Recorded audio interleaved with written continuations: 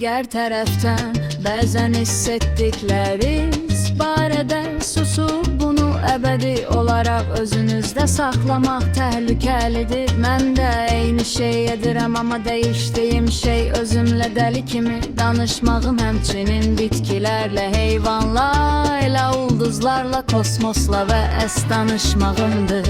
Amma yaxşı bir şey yoxdur. Bu həm də enerjinizi yönəltməyə kömək edəcək və yerə uzanıb ulduzlara və aya baxmalısınız. Onlarla danışıb narahatlıqlarınızı onlara danışsanız, imanla istəsəniz bütün istəkləriniz yerinə yetiriləcək.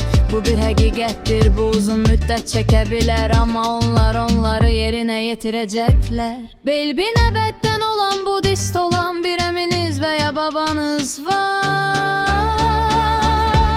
Düşünürəm ki onun adı en ilə başlayır, bilmirəm. Gördüklərim və hiss etdiklərim bulanıq idi. Ləxticə etibarilə o sizi qoruyur və digər tərəfdən sevir.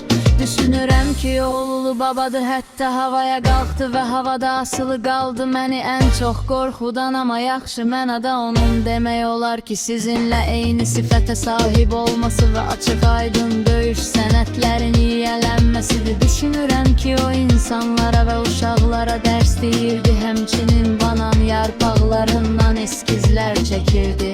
Hamısı bulanıqdı, amma bu qədər. Səndə fərq etdiyim gözəl bir detal var.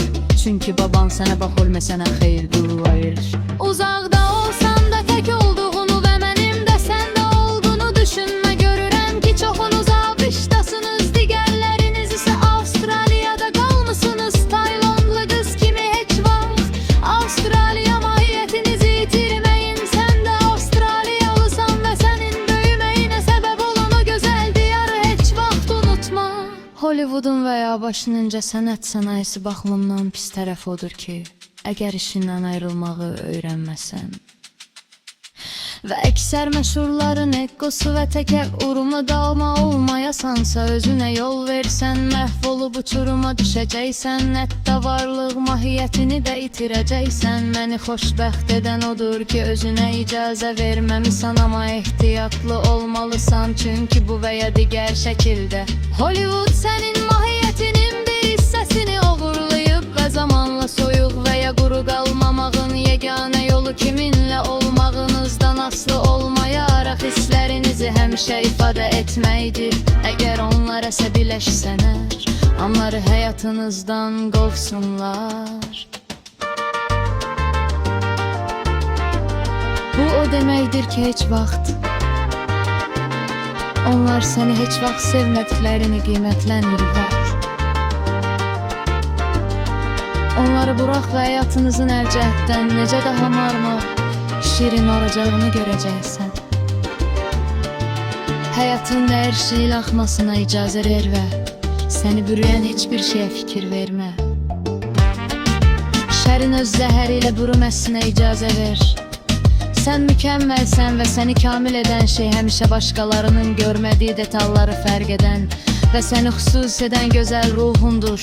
Başqalarında ədalətsizliyə və sağlam olmayan şeylərə əhəmiyyət verirsən və bu və ya digər şəkildə kömək etməyə çalışırsan. Uşaqlıq şəklin gözəldir. Valideynlərin haqqında danışanda titrəyirsən və insani həssaslığın faydalı bir şəkildə parlayır. Səni daha insani, daha həssas, hər saniyə daha çox sənə verir. Ümid edirəm ki bir gün səni görəcəyəm.